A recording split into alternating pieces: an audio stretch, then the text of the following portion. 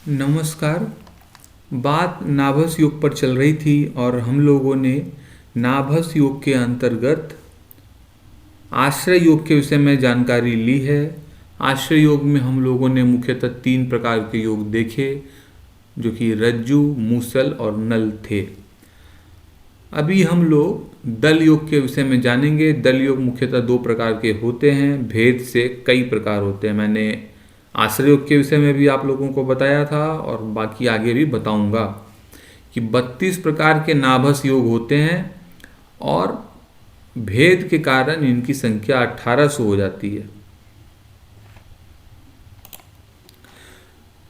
तो देखिए, दल योग के विषय में आज हम लोग जानने का प्रयास करेंगे। दल योग क्या होता है, इसको साधारण तरीके से आप कह सकते हैं कि समूह या ग्रुप। ओके, 2 प्रकार का ग्रुप। तो व्याल या सर्प, व्याल और सर्प एक ही बात है।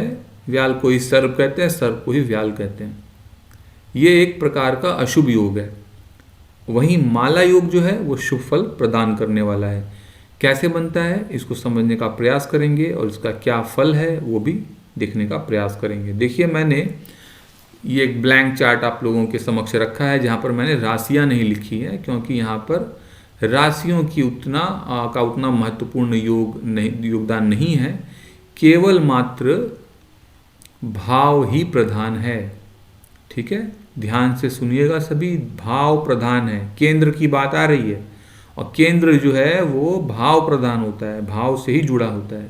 तो इस योग को देखने के लिए यदि भाव चलित का उस प्रयोग किया जाए तो ज़्यादा सटीक परिणाम आपको मिलेगा, न कि राशि कुंडली देखने से। ठीक है जी, आइए देखते हैं व्याल योग या सर्प योग क्या होता है। ऋषि कहते हैं कि अगर 3 केंद्रों में, लगातार 3 केंद्रों में, ओके, यदि नैसर्गिक पाप ग्रह अगर बैठे होते हैं तो ऐसे केस में व्याल योग या सर्प योग का निर्माण होता है। ओके, अब 3 केंद्र में देखिए, मैंने चतुर्थ, सप्तम और दशम भाव को लिया है। यहाँ पर हम लोग ऐसे भी इसको देख सकते हैं कि लग्न में एक पाप ग्रह, चतुर्थ में एक पाप ग्रह, सप्तम में एक पाप ग्रह, मतलब कंटिन्यू 3 केंद्रों में नैसर्गिक पाप ग्रह होने चाहिए। यहाँ पर मैंने राहु केतु को नहीं लिया है, इस बात का आप ध्यान रखें। सूर्य से शनि पर्यंत ही देखने की आवश्यकता है मुख्यतः।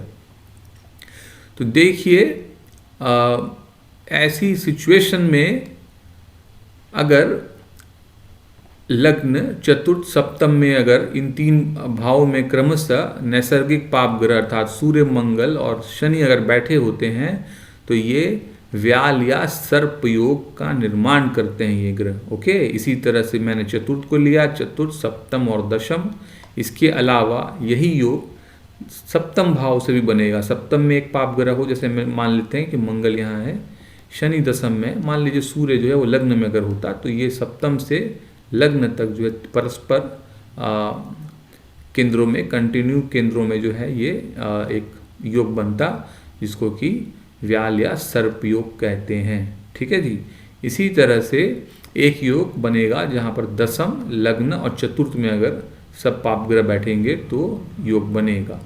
इस तरह से समझने की आवश्यकता है। लेकिन मोस्ट प्रोमिनेंट जो व्याल योग या सर्प योग का निर्माण होगा वो चतुर्थ से दशम तक बनेगा, क्योंकि यहाँ पर एक प्रकार की आप देखेंगे, अगर सूर्य से अपने चलते हैं तो सूर्य से आगे चलेंगे तो मंगल, देखिए रेखा बन रही है, एक प्रकार की माला का निर्माण कर रही है। ओके, तो इसको अशुभ माला योग या फिर सर्प योग कहते हैं। एक सर्पाकार आकृति यहाँ पर आपको बनती हुई दिख रही है।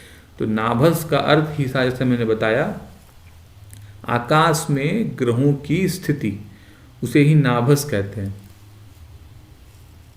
तो यहाँ पर जो है लग्न है, अगर ये व्यक्ति का सिर है तो ऐसा मान के चलिए कि उसके गले में जो है एक सर्प पड़ा है।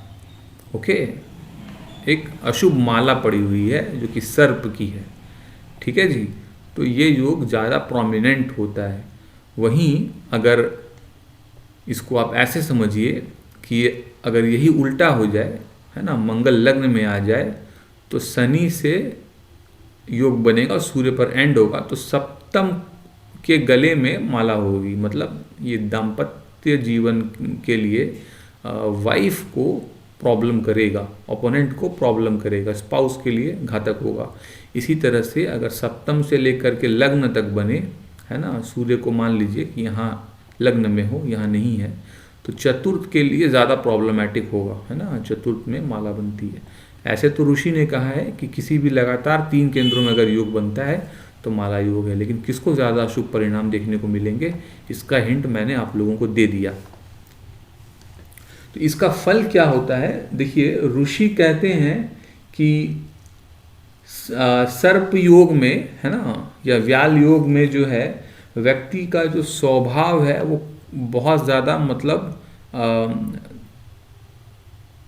ऐसा कह लीजिए कि बहुत चालाक प्रवृत्ति का इंसान होता है, क्रूरता इसमें भरी होती है, मरने मारने को आतुर, हमेशा झगड़े फसाद करना इनका स्वभाव होता है, बहुत देखने से भी दुखी रहता है, इनके जीवन में बहुत दुखों का सामना इनको करना पड़ता है, और ऐसे लोग अपनी लाइफ में बहुत अच्छी उन्नति नहीं प्राप्त कर सकते और दूसरों पर आश्रित होते हैं, मतलब इनको भोजन के लिए भी दूसरों के सामने हाथ फैलाना पड़ता है, ऐसा देखा गया है इस व्याल या सर्प योग में।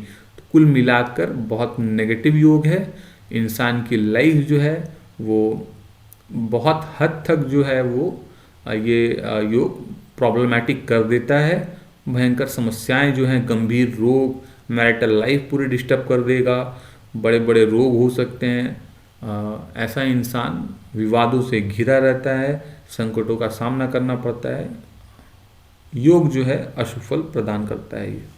आइए माला योग के विषय में समझते हैं।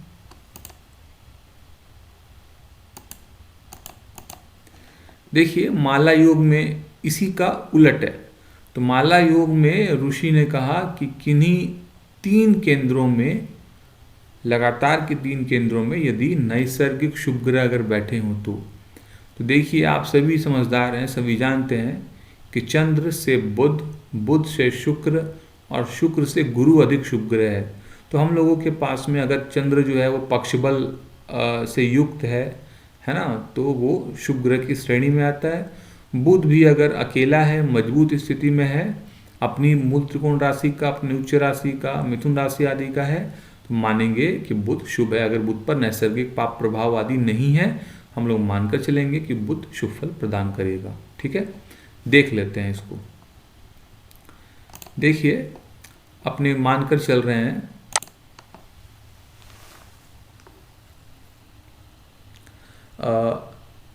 कि ये जो है मून बैठा है, करेक्ट। यहां पर हम लोग वीनस को रख रहे हैं और यहां जुपिटर को मान रहे हैं। ठीक है, अब जब भी योग बनेगा ऐसी स्थिति में, तो योग जो है 4 ग्रहों से ही बनेगा माला योग, विशेष करके चंद्र, बुध, शुक्र और गुरु, इन्हीं से बनेगा। तो इसमें भी जो मैंने जैसा थोड़ी देर पहले बताया कि अगर चतुर्थ भाव से बात आरंभ होती है और दशम तक जाती है तो ये बहुत अच्छे परिणाम आपको दे सकता है।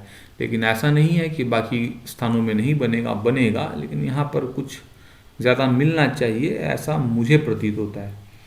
तो देखिए यहाँ पर सभी शुभ ग्रह जो है केंद्र में आ गए हैं, इस कारण से एक माला जैसी आकृति बनी है, एक गार्लैंड बन रहा है जो कि नेटिव के गले में पड़ा हुआ है। तो नेटिव जहाँ जाएगा वो ईजिली उसको सफलता मिलेगी, जीवन अच्छा रहेगा, रोगों का नाश होगा, व्यक्ति समाज में प्रतिष्ठित होगा, धन, वैभव, ज्ञान सब कुछ इस व्यक्ति के पास होगा, कहीं किसी चीज़ की कमी नहीं रहेगी, दाम्पत्य जीवन भी अच्छा रहता है। कुल मिलाकर माला योग बहुत ज़्यादा शुभ फल प्रदान करने वाला होता है। Property, vehicle, James and jewellery, सब चीज़ों का सुख देखने को मिलता है। मेल नेटिव के केस में स्त्रियों का सुख मिलता है, एक से अधिक स्त्रियों का सुख मिलेगा यहाँ पर, क्योंकि शुक्र बलवान हो गया है, तो एक से अधिक स्त्रियों का सुख मिलता हुआ दिखता है। फर्दर इसके लिए अलग सूत्र भी लगाने की आवश्यकता है, लेकिन इतना जानना पर्याप्त है कि किसी चीज़ की कमी नहीं रहेगी, क्योंकि जब शुक्र बलवान होता है तो शुक्र जो है वो भोग कारक है। सो बेसिकली व्यक्ति जीवन में हर प्रकार की लग्जरी को प्राप्त कर लेता है। साथ ही खाने पीने का शौकीन, कुल मिलाकर बात अगर की जाए तो बहुत ही बेहतरीन योग है। जिनकी भी कुंडली में ऐसा योग बनता है वो लोग काफ़ी उच्च स्तर को प्राप्त करते हैं जीवन में। ये दल योग का एक प्रभाव है। एग्जाम्पल के लिए अगर मैं बताऊं, एक कुंडली मुझको ध्यान में आ रही है जिसमें कि लक्षण है दल योग का। स्वर्गीय श्री लता मंगेशकर जी की कुंडली में गुरु और शुक्र ये दो ग्रह केंद्र में बैठे हैं, और इस कारण से सिर्फ केंद्र में बैठने के मात्र से ही जो है उनकी कुंडली में एक प्रकार का माला योग का लक्षण है। ठीक है, माला योग का लक्षण सिर्फ बना है तो इंसान को कहाँ से कहाँ जो है पहुँचा दिया है योग ने, उसको आप लोग देख सकते हैं वहाँ पर। साथ ही साथ उनकी कुंडली में एक गंधर्व योग का भी निर्माण होता है, उस पर कभी बाद में बात करूँगा। तो ये जो एक मैंने आप लोगों को योग बताया है, दल योग में जो दो प्रकार के योग हैं, इसको देखिए। फर्दर आप लोग इसको किसी भी भाव से भी देख सकते हैं कि किसी हाउस से केंद्र में, किस हाउस से केंद्र में 3 पाप ग्रह या 3 शुभ ग्रह आ रहे हैं, तो उस हाउस का जो सिग्निफिकेशन होता है वो फ्लरिश करता है या सफ़र करता है। ओके, आशा कर रहा हूँ वीडियो आप लोगों को अच्छी लगी है। चैनल को अगर आप लोगों ने अभी तक सब्सक्राइब नहीं किया तो सब्सक्राइब कर लीजिए। मिलेंगे अगले वीडियो में। नाभस योग की ही सीरीज़ को आगे बढ़ाऊंगा, वहाँ पर आगे बात चलेगी। आप लोग वीडियोस को देखते रहिए। वीडियो कैसी लग रही है कमेंट में मुझे बताइए, साथ ही वीडियो को शेयर करना ना भूलें। नमस्कार।